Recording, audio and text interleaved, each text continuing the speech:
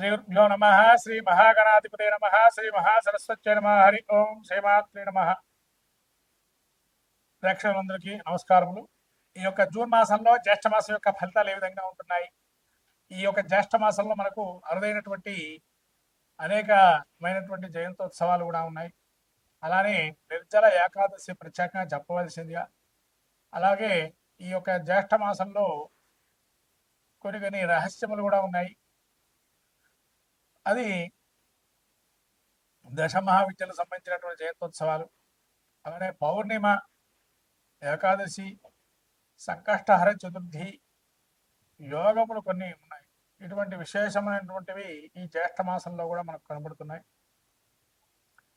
ఈ జ్యేష్ఠ మాసంలో మనము ప్రత్యేకంగా ఏ దేవతను ఆరాధన చేయాలి, ఏ దేవుణ్ణి పూజించాలి అనుకున్నట్లయితే ముఖ్యంగా విష్ణుమూర్తి యొక్క అవతారాలు ఏవైతే ఉన్నాయో వాటిని ఆరాధన చేయాలి. అట్లనే మనకు వట సావిత్రి వ్రతం అనేటువంటిది, ఏరువాక పౌర్ణిమ, ఇలా రకరకాలైనటువంటి శుభాది కార్యక్రమాలు ఎక్కువగా ఉన్నాయి.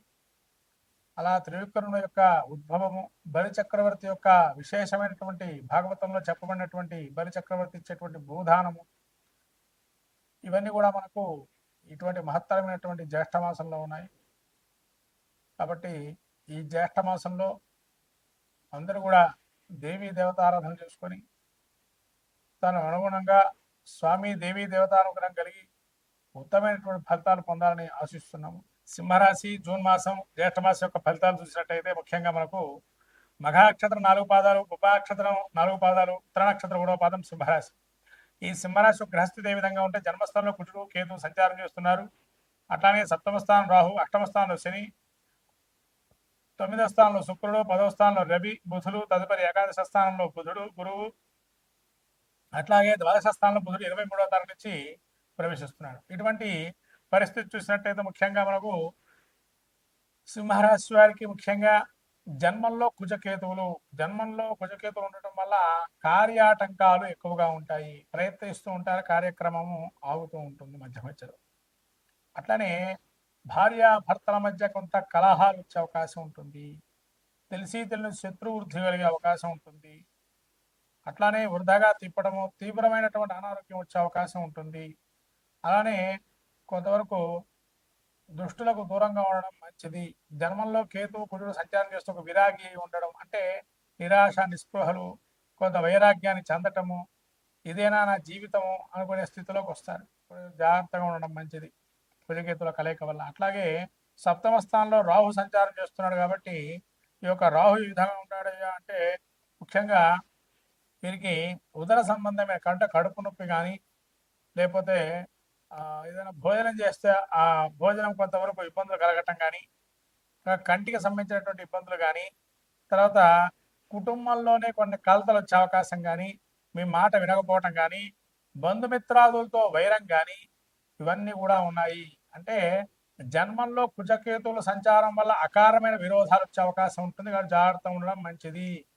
కాబట్టి ఇది ఎదుటి మనిషితో మీరు మాట్లాడేటప్పుడు కొంత మిస్కమ్యూనికేషన్ కావటం, తద్వారా వాడు ఇంకో విధంగా అనుకోవటం, మీరు మంచి చేయబోయి చెడు భావనలో జరగటం, ఇవన్నీ జరిగే అవకాశం ఉంది. తర్వాత రవి మీకు ఏ విధంగా ఉన్నాడయ్యా అంటే ఏకాదశంలో 15వ తారీఖు నుంచి సంచారం చేస్తున్నాడు. అంటే ఈ యొక్క రవి సంచారం యోగదాయకంగా ఉంది. అంటే వృత్తి వ్యాపారాలు చేసేటువంటి వారికి, వ్యాపారంలో ఉండేటువంటి వారికి, ఉద్యోగులకు కానీ లాభాలు వచ్చే అవకాశం ఉంటుంది. అట్లాగే శుభకార్యాలు ఏదైనా మొదలు పెడదామని ఒక ఆలోచనతో ఉంటారు. ఉత్తరార్ధంలో జూన్ మొదటి 15 రోజులు ఇబ్బందిగా ఉన్నా తర్వాత 15 రోజులు యోగదాయకంగా ఉంటుంది. తర్వాత మనస్సుకి ఇంతవరకు ఒక చికాకుగా ఉంటుంది. అమ్మాయి ఎప్పుడు ఇంత చికాకు ఉంది, ఈ 15 రోజులు అవతల 15 రోజులు కొంత చికాకుని దూరం పెడతారు. అట్లా భూగృహ లాభాదులు అంటే ఒక నూతనమైనటువంటి గృహ ప్రవేశాలు, గృహారంభాలు, ఏదైనా గృహం తీసుకుందామా, స్థలం తీసుకుందామా, పొలం తీసుకుందామా అన్న ఆలోచనతో ఒక స్థిరాస్తి సంపాదన ఏ విధంగా ఉంటుంది, కొనాలి ఒక భావంతో ముందుకెళ్లే అవకాశం ఉంటుంది.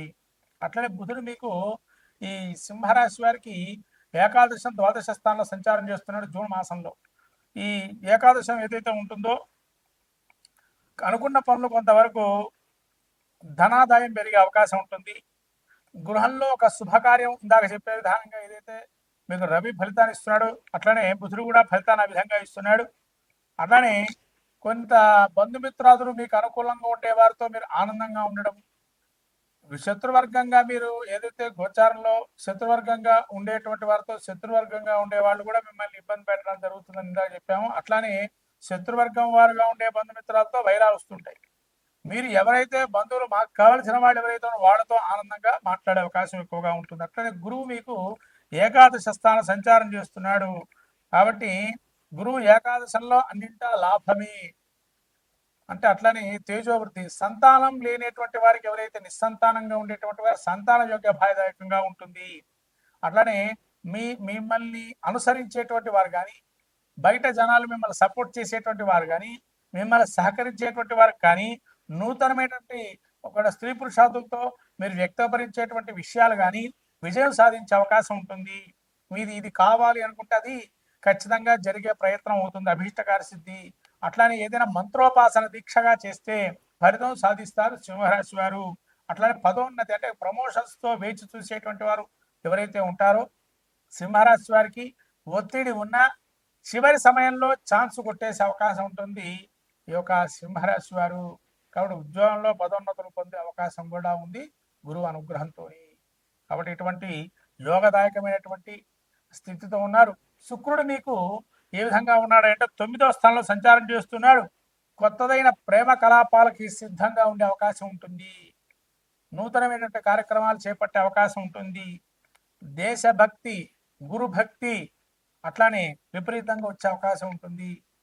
కార్య సాధన లక్షణం మిమ్మల్ని చూసి నేర్చుకునే ప్రయత్నం చేస్తారు. కొంతమంది బంధువులు కావచ్చు, మీలో మిమ్మల్ని సహకరించేటువంటి వారు కావచ్చు.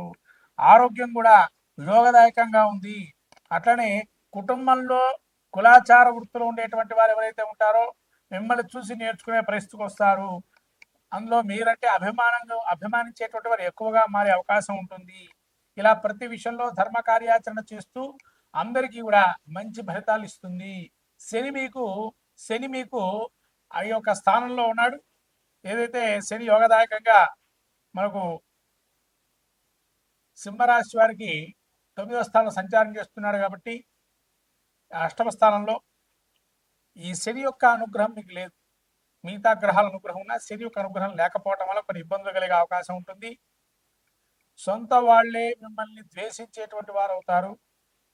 మీ మీద అంటే మీ మీద నేరారోపణ ఏ విధంగా ఛాన్స్ దొరికితే మిమ్మల్ని నేరం చేశారు లేదా మిమ్మల్ని నిష్ఠూరంగా మాట్లాడాలి, మీ మీద నేరారోపణ చేయాలి అనే వ్యక్తులు కొంతమంది మిమ్మల్ని ఒక ఎలా చూస్తారంటే ఒక నక్క చూస్తుంది, ఎప్పుడు మనం వాత పెడతామా అని ఆలోచిస్తుంటుంది. ఏదైనా వస్తే జంతువుని మనం వేటాడి తినే ప్రయత్నంలో అడవిలో ఉండే నక్క అట్లా మిమ్మల్ని ఎప్పుడు పట్టుకుందామా, ఎక్కడ ఏ యొక్క విమర్శ చేస్తారు, దాన్ని పట్టుకొని ఎట్లా మనం మాట్లాడాలి అని చెప్పి ఆలోచిస్తూ గుంట నక్కలాగా వేచి చూసేవాళ్ళు ఎక్కువగా ఉంటారు.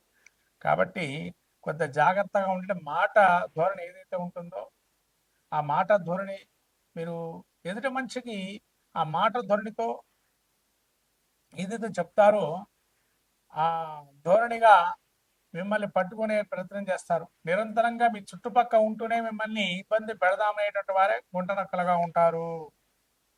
అట్లానే శిక్షా ప్రాప్తి, అవమానాలు అంటే ఇవే అవమానాలుగా ఉంటాయి.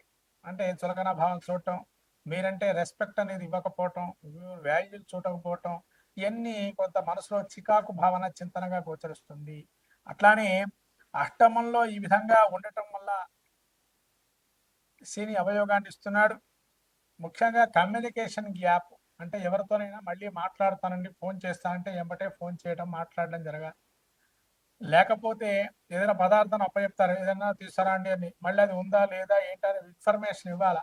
ఏముందిలే తెస్తారు కదా చూద్దాంలే అంటే అనవసరం ఖర్చు అని చెప్పి అంటూ ఉంటారు మిమ్మల్ని. అది ఇంట్లో వాళ్ళకి బయట వాళ్ళు కావచ్చు. అట్లాంటి కమ్యూనికేషన్ గ్యాప్ లేకుండా చూసుకోండి.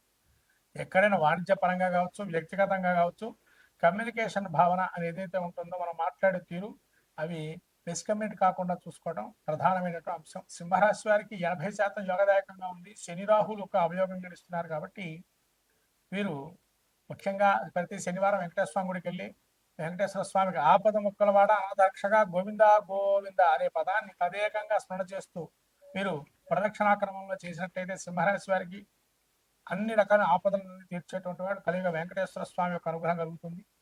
కాబట్టి వెంకటేశ్వర అనుగ్రహం ఉంటే జన్మలో కుజకేతులు కూడా సంచారం చేస్తున్నారు కాబట్టి నిత్యం కూడా ప్రతి ఆదివారం మీ దగ్గరలో ఉండే గ్రామ దేవత దేవాలయానికి వెళ్ళటం, దేవి ఖడ్గమాల స్తోత్ర పాలన చేసుకోవటం, అలానే కనకధార స్తోత్రం చేసుకోవటం వల్ల మంచి ఫలితాలు వస్తాయి సింహరాశి వారికి.